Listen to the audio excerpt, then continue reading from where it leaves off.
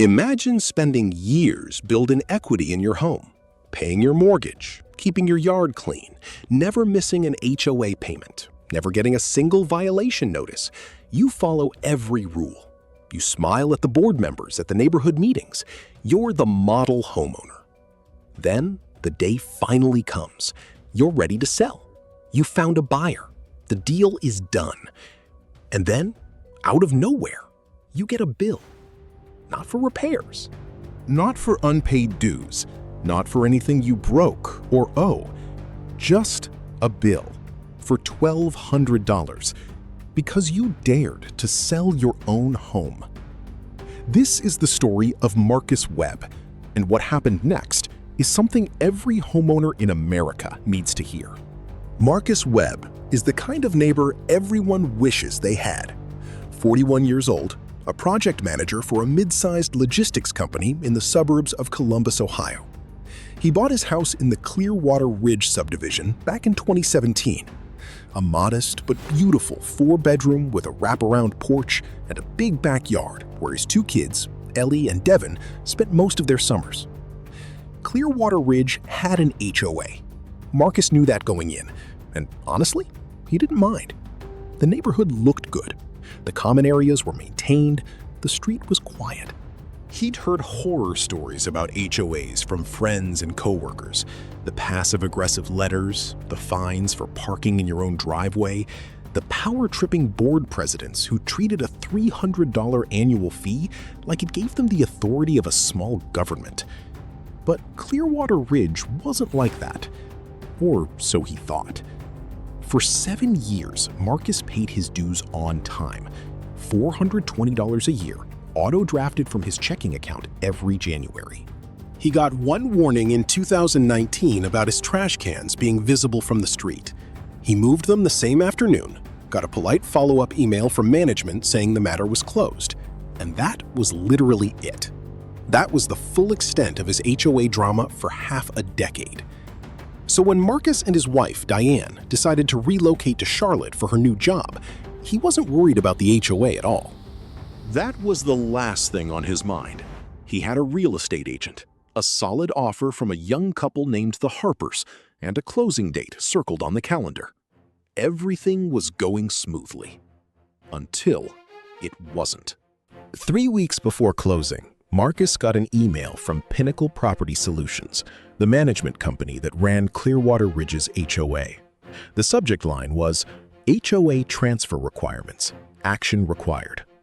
Marcus assumed it was routine, some paperwork, maybe a form to sign transferring his account to the new buyers. He opened it while eating lunch at his desk. The email read, Dear Mr. Webb, as part of the closing process for your property at 4214 Clearwater Ridge Drive, please be advised that the following transfer fees are required prior to settlement. Association transfer fee, Clearwater Ridge Master Association, $600. Association transfer fee, Clearwater Ridge Sub-Association, $600. Total due at or before closing, $1,200. Marcus read it twice. Then he called Diane. Babe, I just got an email from the HOA. They're charging us $1,200 just to sell the house. There was a pause on the line. $1,200? For what? For transferring the account to the Harpers. That's our money. You're giving them our money so they can update a spreadsheet? Marcus leaned back in his chair and stared at the ceiling. Apparently. He called his real estate agent, Sandra, almost immediately. Sandra had been in the industry for 22 years. He figured she'd heard of this before, maybe reassure him there was a mistake. Sandra's response was not reassuring. Yeah, she said, with the exhausted tone of someone who'd had this exact conversation too many times. HOA transfer fees. Clearwater Ridge actually has 2, the Master Association and the Sub. Pinnacle manages both. I should have flagged it earlier, Marcus. I'm sorry. But yeah, this is real, and it's due before we can close. Marcus sat in silence for a moment. Can we fight it? Sandra exhaled. You can try. Marcus didn't just accept it. That's not who he is. He spent that entire evening digging. He pulled out his original HOA documents, the CC&Rs, the bylaws, the disclosure forms he'd signed back in 2017. He read through them, word by word, for the first time since he'd bought the house. And he found something interesting. Section 9.4 of the Clearwater Ridge Master Association bylaws mentioned a transfer processing fee, but listed it as $350, not $600. And there was no specific mention of the sub-association charging a separate fee at all. Marcus drafted a carefully worded email to Pinnacle Property Solutions. He cited Section 9.4. He asked for clarification on the legal basis for the sub-association fee. He asked when the Master Association fee had been raised from $350 to $600, and whether that change had been voted on by homeowners. He sent it at 11:47 p.m. The next morning, he got a response from a customer service rep named Tiffany at Pinnacle. It was 3 sentences long. Mr. Webb, the transfer fees are outlined in the current fee schedule adopted by the board. Both associations charge a separate fee. All fees must be paid prior to closing. No citation, no documentation, no acknowledgement of his specific questions. Marcus replied again, this time asking for the board meeting minutes from when the fee was increased and a copy of the current adopted fee schedule. Tiffany responded the next day. She sent a 1-page PDF, a fee schedule dated January 2023, but there were no meeting minutes attached. And the sub-association fee wasn't in the original bylaws at all. It had been added, apparently, sometime in the last few years. With no homeowner vote that Marcus could find any record of, he called a real estate attorney he found online, a guy named David Park, who specialized in HOA disputes. He explained the situation in 10 minutes. David Park listened. Then he said something that made Marcus's stomach drop. Here's the problem, Marcus. Even if the fee is illegal, and there's a solid argument that the sub-association fee was improperly enacted, fighting it through litigation will take months. Your closing is in 3 weeks. If you delay closing, you risk losing the buyer. The Harpers have a rate lock that expires, so I just have to pay it. Or, David said, you pay it, close on time, and then you go after them for it afterward. That's the smarter play. Marcus was quiet. $1,200, he finally said, to sell my own house. I know, said David. Welcome to HOA America. Marcus paid the $1,200. He had to. The closing was too close, and the Harpers were good people, a young teacher and a nurse who'd saved for 3 years for this down payment. He wasn't going to blow up their dream because of a fee dispute. But while he was preparing to submit the payment through Pinnacle's online portal, he noticed something strange. The portal showed 2 separate invoices, one for each association. Standard enough. But the billing contact on both invoices was identical. Same email address, same phone number, same mailing address. Pinnacle Property Solutions managed both associations. From the same office, with the same staff, using the same software system. Marcus thought about that for a long moment. He posted about it that night in a local Facebook group for Clearwater Ridge residents. Just a neutral, factual post asking if anyone else had paid these transfer fees recently and what they'd been charged. Within 2 hours, he had 47 responses. Some people said they'd paid $400, some said $500, some said $600. A couple of people who'd sold in 2020 said they'd only been charged once for one association, and it had been $350. No consistency, no transparency, and nobody had ever questioned it. Marcus screenshotted everything. Then he called David Park back. David Park was intrigued. If they're charging inconsistent fees with no documentation, that could be a pattern of unjust enrichment, he told Marcus. Especially if the fee increases were never properly voted on by the board and the sub-association fee was unilaterally added by the management company. Marcus filed a formal written complaint with Pinnacle, citing the discrepancies from the Facebook survey, the missing board meeting minutes, and the inconsistency between the original bylaws and the current fee schedule. He sent it certified mail. He emailed a copy to every board member he could find a contact for. He CC'd his attorney. He also filed a complaint with the Ohio Attorney General's Consumer Protection Section, which has jurisdiction over HOA management companies operating deceptively in the state.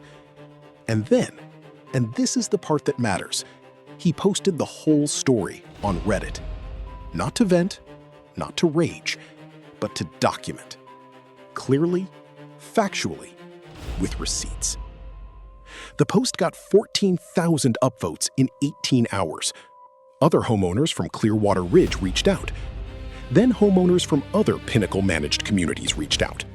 Stories started rolling in, wildly inconsistent fees, charges for services that didn't exist, transfer fees that had doubled with no homeowner vote. A local Columbus TV news station picked it up. They ran a segment. They called Pinnacle for comment. Pinnacle's statement was 4 sentences.